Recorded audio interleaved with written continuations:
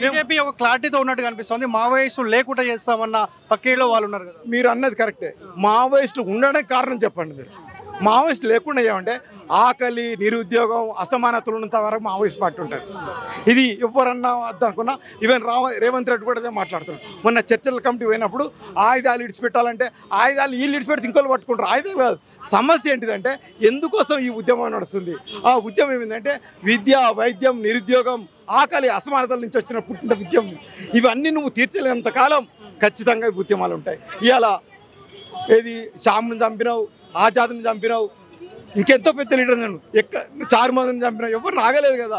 ఎవరిని ఇప్పటికీ సుమారు 16,000 నుంచి 20,000 మంది మావోయిస్టులను ఎన్కౌంటర్ పేరుతో కాల్చి చెప్పినావు. అయినా కానీ ఉద్యమం ఆగిందా? పోనీ నేను ఇంకొకటి కూడా అడుగుతాను. నమ్మల కేశవరావుని ఇలా హత్య చేసినావు కదా, రేపటి నుంచి ఉద్యమం ఆగిపోద్దా? ఎవ్వరూ అనుకోవడానికి లేదు. ఎప్పుడైతే సమాజంలో అసమానతలు, మౌలిక సమస్యల పరిష్కారం కానంత వరకు ఈ పోరాటాలు ఉంటూనే ఉంటాయి, వివిధ రకాలుగా కొనసాగుతాయి.